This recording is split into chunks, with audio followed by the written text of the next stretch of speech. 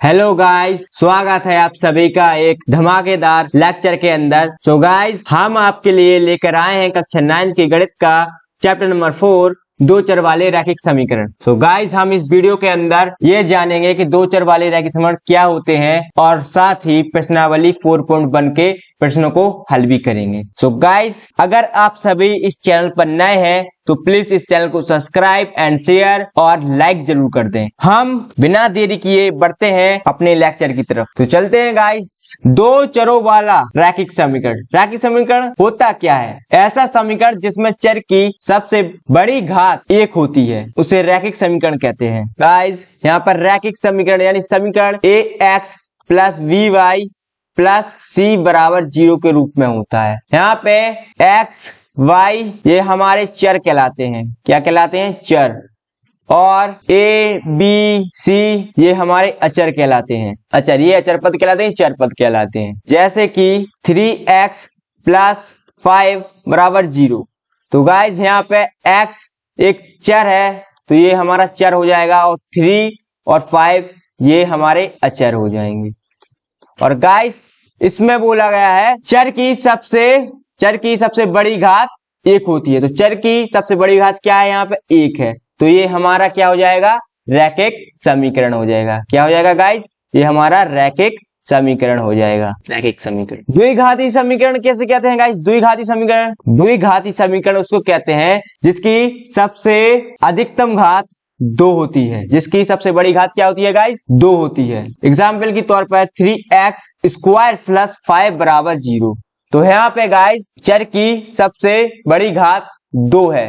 तो ये हमारा क्या हो जाएगा? ये हमारा द्विघाती समीकरण हो जाएगा। त्रिघाती क्या कहलाता है गाइस? त्रिघाती समीकरण इसकी सबसे बड़ी घात 3 होती है, वह हमारा त्रिघाती समीकरण कहलाता है। जैसे 2x cube plus 3y plus 2 बराबर 0। तो ये हमारा त्रिघाती समीकरण हो जाएगा क्योंकि इसमें चर की घात अधिकतम 3 है। इसकी चर की घात 3 है। तो ये हमारा क्या हो जाएगा? त्रिघाती समीकरण। एक चर वाले समीकरण क्या कहलाते हैं गाइस? एक चर वाले रैखिक समीकरण होते हैं क्या? एक चर। यानी इस समीकरण में एक ही चर हो। जैसे 3x प्लस 5 बराबर 0। तो इसमें गाइस एक ही चर है। क्या है? एक चर।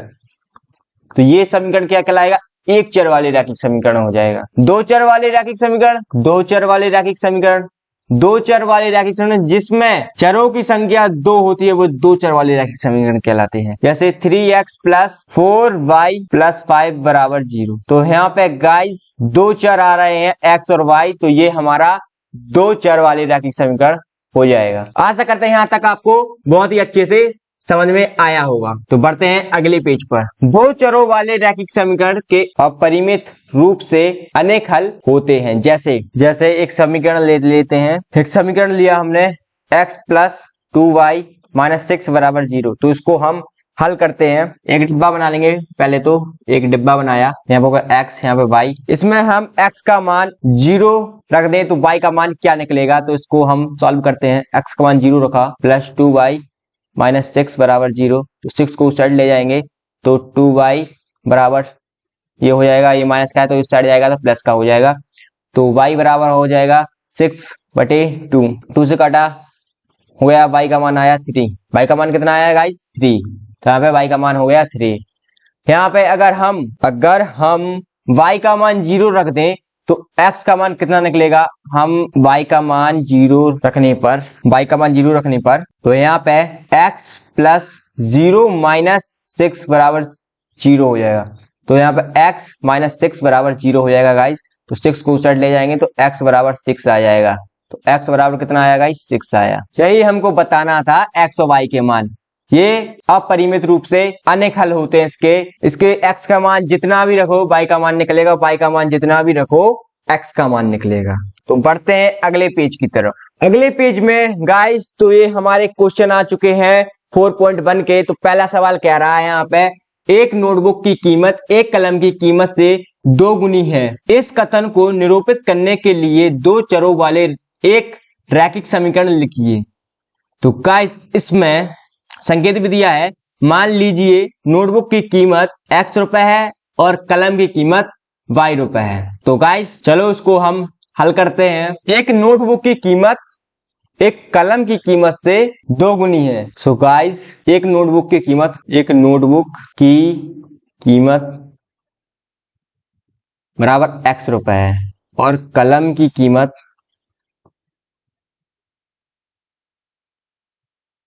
बराबर y रुपए। तो यहाँ पे एक नोटबुक की कीमत एक कलम की कीमत से 2 गुनी है। एक नोटबुक की कीमत x के एक कलम की कीमत के 2 गुनी है, बराबर एक कलम की कीमत की 2 गुनी। इसको इस साइड ले जाएंगे तो x माइनस 2y बराबर 0 हो जाएगा।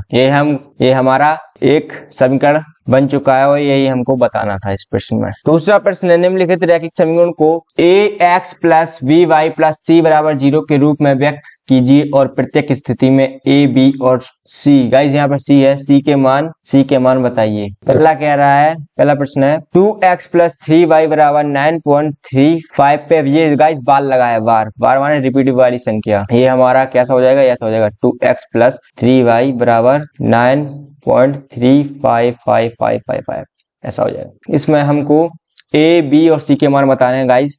तो हमारा समीकरण ax plus by plus c बराबर 0 के रूप में होता है।